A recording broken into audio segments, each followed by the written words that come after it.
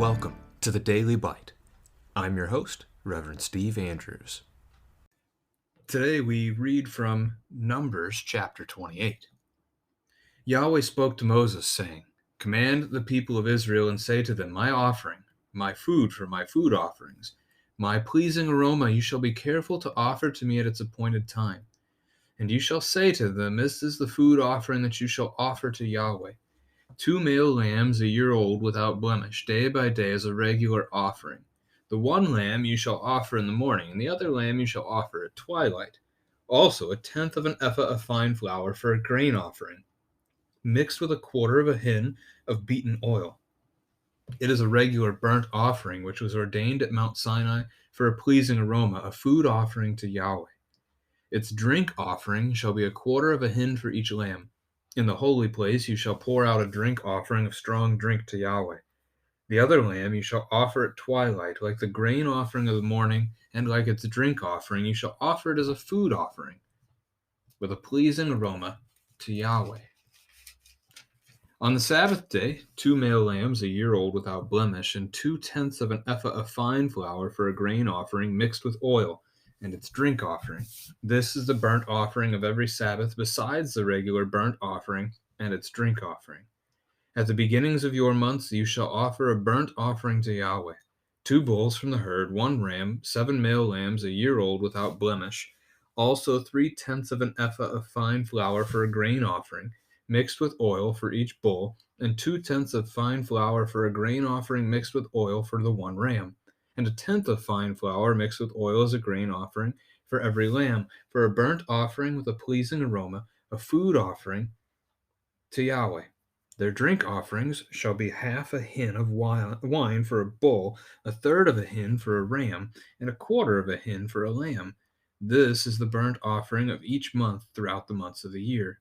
Also 1 male goat for a sin offering to Yahweh. It shall be offered besides the regular burnt offering and its drink offering. On the 14th day of the first month is Yahweh's Passover, and on the 15th day of this month is a feast.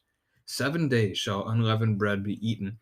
On the first day there shall be a holy convocation. You shall not do any ordinary work, but offer a food offering, a burnt offering to Yahweh: 2 bulls from the herd, 1 ram, and 7 male lambs a year old. See that they are without blemish.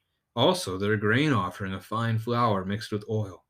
3/10 of an ephah you shall offer for a bull, and 2/10 for a ram, and 1/10 you shall offer for each of the 7 lambs. Also 1 male goat for a sin offering to make atonement for you. You shall offer these besides the burnt offering of the morning, which is a regular burnt offering. In the same way you shall offer daily for 7 days the food of a burnt offering with a pleasing aroma to Yahweh.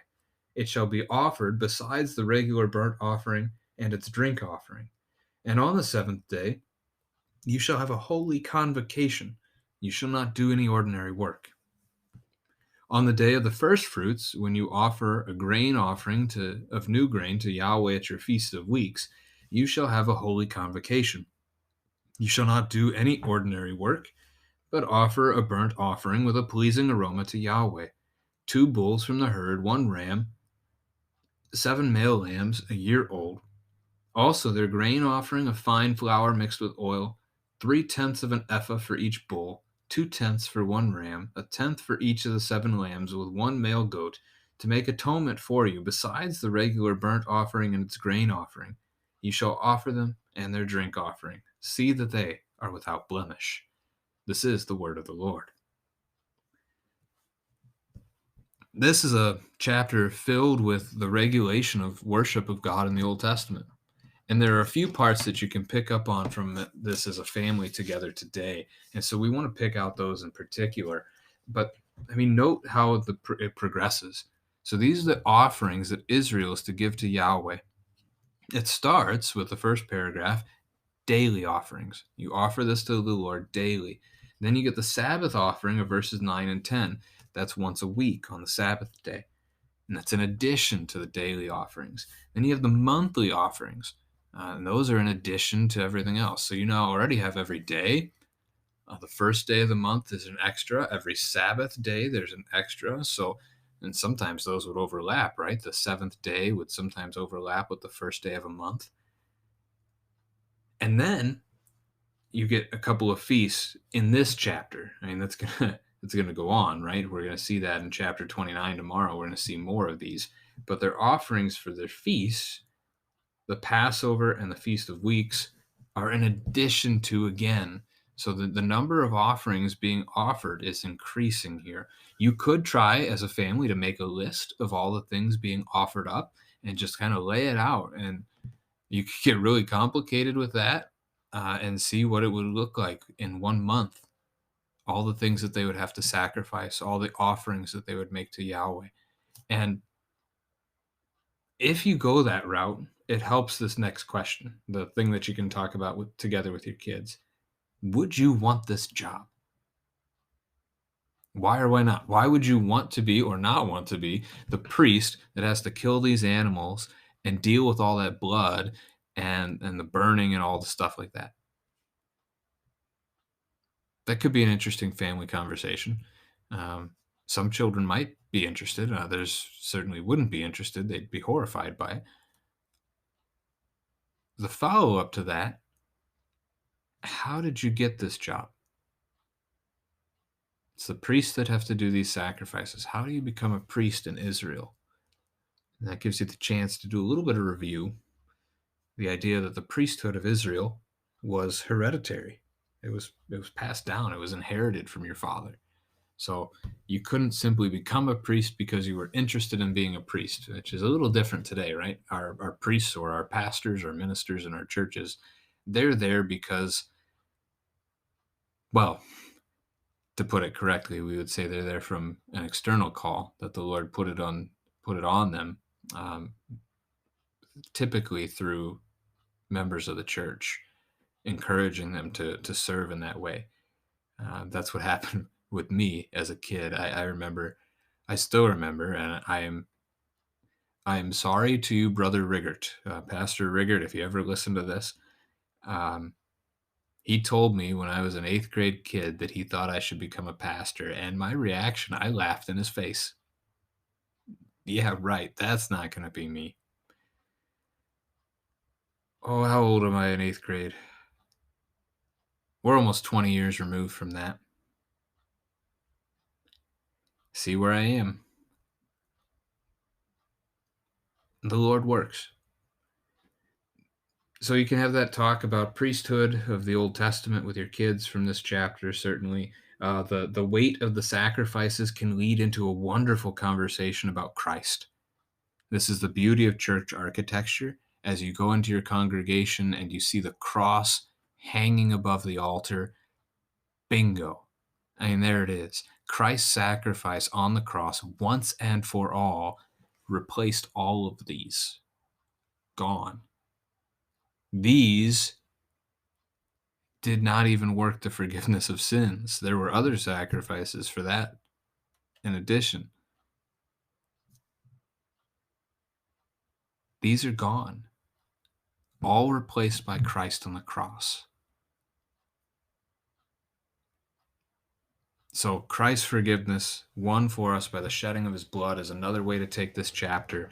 A wonderful gift that, again, is greater than all of these. So his cross hangs above the altar because his sacrifice is better than the sacrifices on the altar. It's elevated, it's lifted up. Another thing to consider, verse 2 of this text: you shall be careful to offer to me at its appointed time. Nadab and Abihu, sons of Aaron, two priests who offered offerings at the wrong time in the wrong way, were killed for it. Korah and his rebellion saw 250 men killed for making offerings they weren't supposed to make. God is holy, and he has set a pattern for how one is to worship him. And while we just talked about Christ being greater than all of these offerings, while we today in the church have Christian freedom, this text does still have something to teach us. That warning, that caution, has something to teach us about a sense of reverence, holiness, respect within worship. That could be a conversation to have as a family as well. you might get something out of that one and enjoy having that talk together. It's one of those things where how we worship means something. It teaches something, and so fortunate to be part of the historic liturgy of the church where, I mean, honestly, Christians in most of the world have been worshiping the same way for 2,000 years. It's really neat when you look at it side by side. The early church's worship pattern is almost identical to ours in a liturgical church setting today. So you worship with the saints throughout the ages, and that worship is based on Scripture. I mean, pretty much everything you say in Scripture or is said to you, sorry, in worship, everything you say or is said to you comes from Scripture. So if you have a hymnal at home for your family, the Lutheran Service Book in the LCMS has in those divine settings, whether it's 1, 2, 3, 4, or 5, you'll notice it has Bible verses next to pretty much everything in there. Walk your way through a service sometime and do the cross reference, do the digging, see where those Bible passages lead you, and you'll realize just how much of Scripture you're actually saying on Sunday morning when you gather in the Lord's house. So that can be neat as well. Any other note? Well, hang on. So before we get to that, so verse 7, they pour the drink offering out on the ground in the holy place, in the tabernacle. That's a pattern that the ladies in your altar guild of your congregation would be able to connect to, because with the Lord's Supper, the unused blood of Christ, the unused wine, is not poured down a drain, but out of reverence, out of respect to its holiness, it is returned to the ground. And so the altar guild ladies will take the blood, they'll take the leftover wine from the Lord's Supper, and they'll take it outside and they'll pour it on the ground.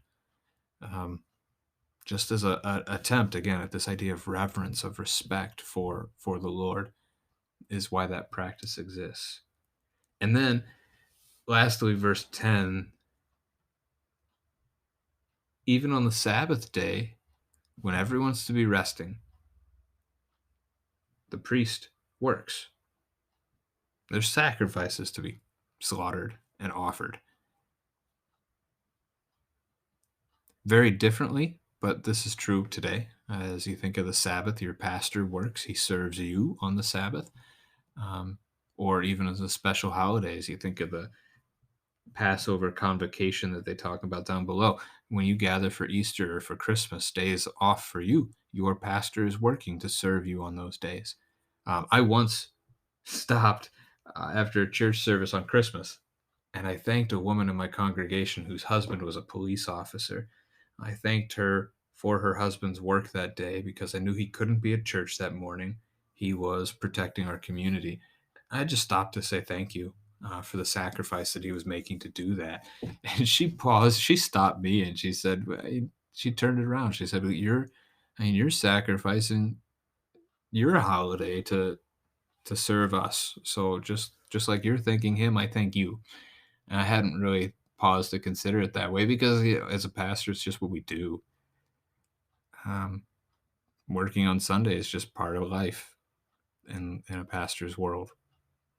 Same with Christmas and Easter. I enjoy bringing the good news to you, and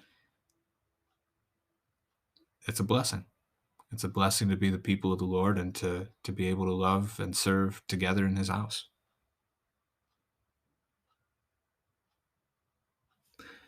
I don't see anything else we need to pick up on in the text. Other than, I mean, I could identify that. So these are annual feasts that are coming up, both the two that we have today and the ones coming tomorrow. You can read about the Passover feast in Exodus 12. The Feast of Weeks happens roughly 2 months later as basically a celebration of the first harvest of the year. So different crops harvested at different times.